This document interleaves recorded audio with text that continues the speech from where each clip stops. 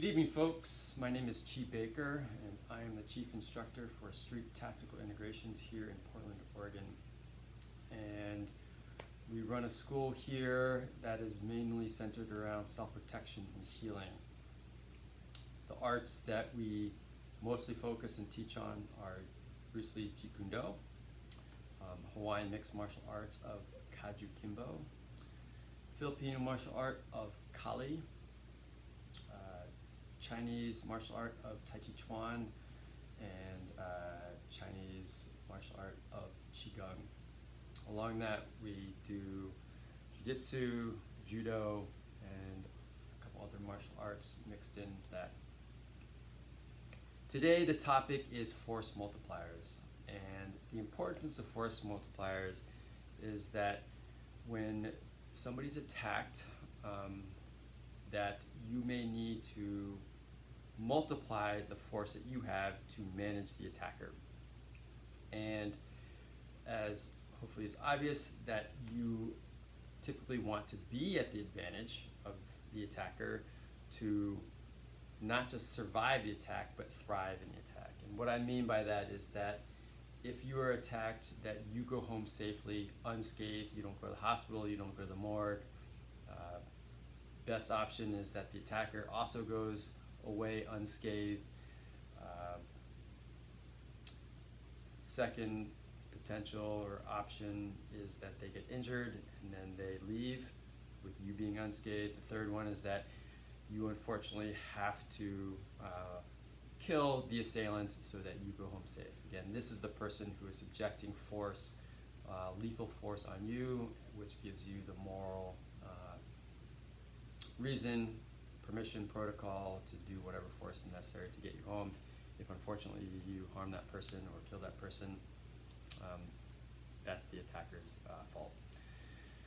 Force multipliers. The reason why I'm talking about force multipliers particularly is that here in Portland, crime is on the rise. In fact, violent crimes are on the rise. I live in southeast Portland, near 82nd and between Powell and Division. Within a 2-block radius of me, a neighbor got held up at gunpoint, so an armed robbery attempt where they tried to take his phone, wallet, and dog. He ran away, got run over, but survived. Dog survived as well. There is a carjacking where there's a high-speed chase half a block from my house where cars were going Mach 10 down the road. 5 blocks away at my child's middle school, there's attempted kidnapping. And 10 blocks from my house a month ago, there's a shooting where a woman in her house, the bullet went through her wall and injured her in her bed. Fortunately, she survived as well. So there's a number of instances that happened over the course of 2-ish months where violence is evident, it's almost imminent, and we need to start understanding these situations and preparing for them. In my case, I want to protect myself. More importantly, I want to protect my children. So the topic of force multipliers is important in what's happening even in my neighborhood of Portland, Oregon. So in this scenario, what I'm going to do is I'm going to say that an unarmed person has a scale rating of 1 to 5.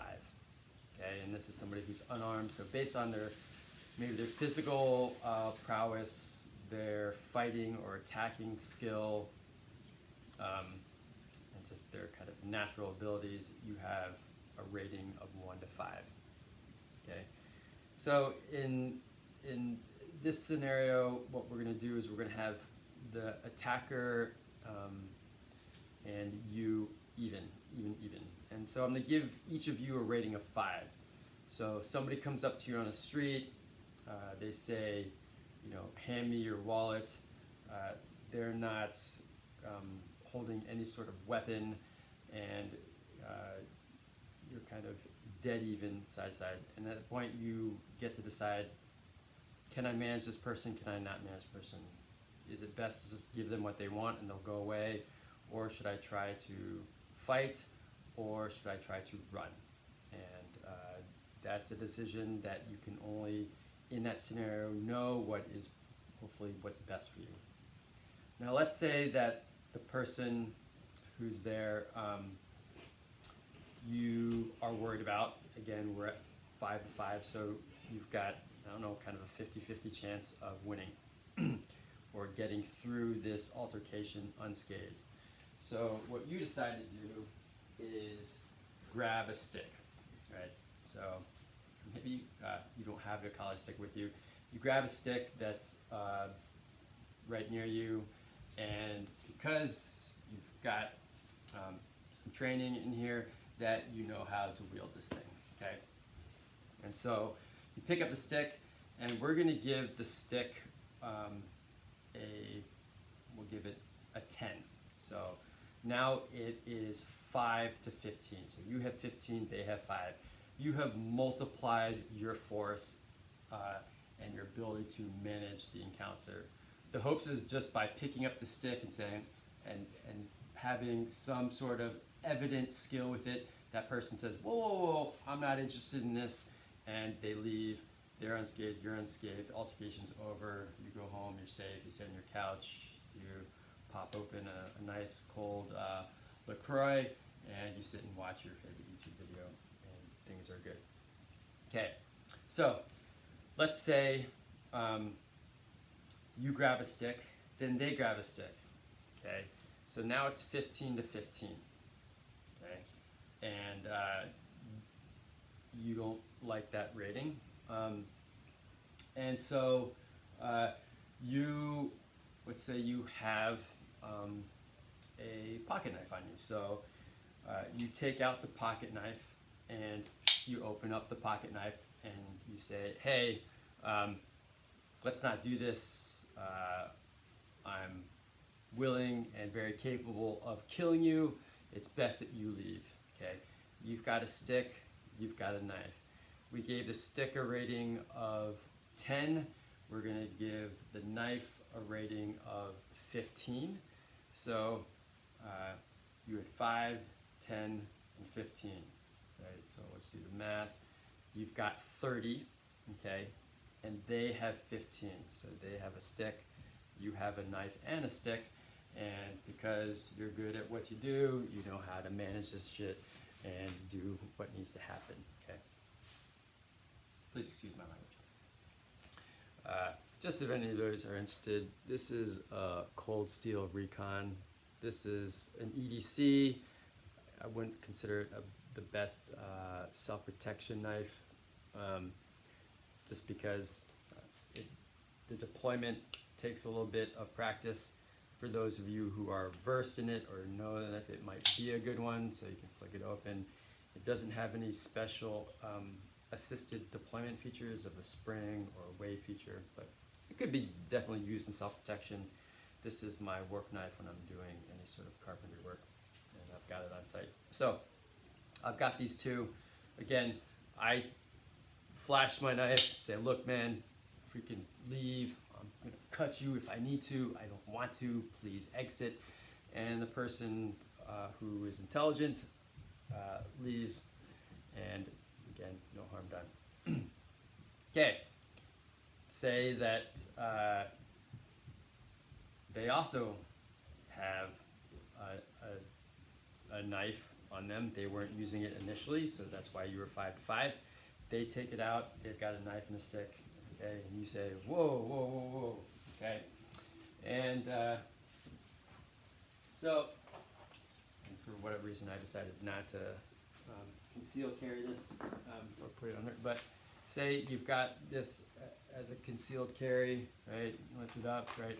And you probably you're gonna put down something, right? And now you've got a gun, okay? This is a blowback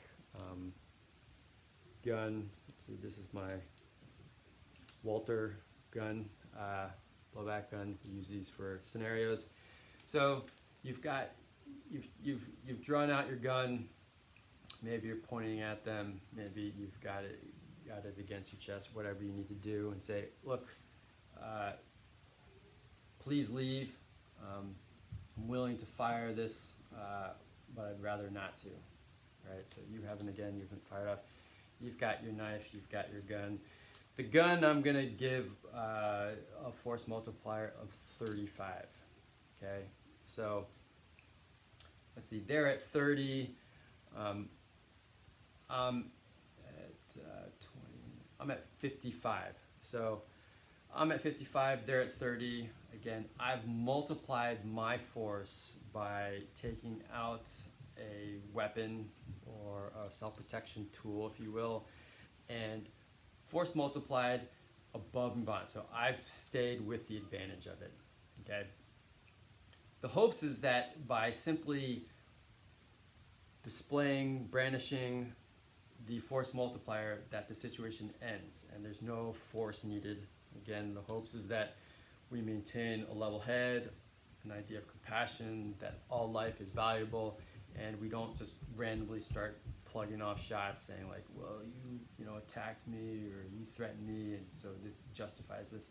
We don't teach that at our school. We want to teach kind of the level-headed, the civility, the respect, the compassion for all life, and if needed, that we're willing and capable of stepping up and doing what needs to do to solve the situation, okay? So force multipliers, again, are very useful and sometimes a necessity during a threat, an actual altercation. The hopes is that because you've multiplied the force, you've shown the force, that the situation ends and you can go home safely. At times, you may unfortunately need to utilize that intervention, that self-protection tool, to stop an assault that's occurring. And again, hopefully because you've gained training and understanding of these, that you don't injure yourself with it, as well as you injure that person to the extent that the altercation can end and you can get home safely, and potentially that person survives or lives. Hopefully this gives you an understanding of what a force multiplier is. Here at Street Tactical Integrations, the classes I teach, force multipliers are a significant part of the curriculum. Again, we're centered around self-protection. The school is not centered or focused around competition. So instead of having a rule book of what you can't do, we throw that rule book out and say all those things you're not supposed to do in competition, you're allowed to do, because this is self-protection. This is not ruthlessly, maliciously harming people. This is maintaining your life, the life of those that you love or those that you choose to protect.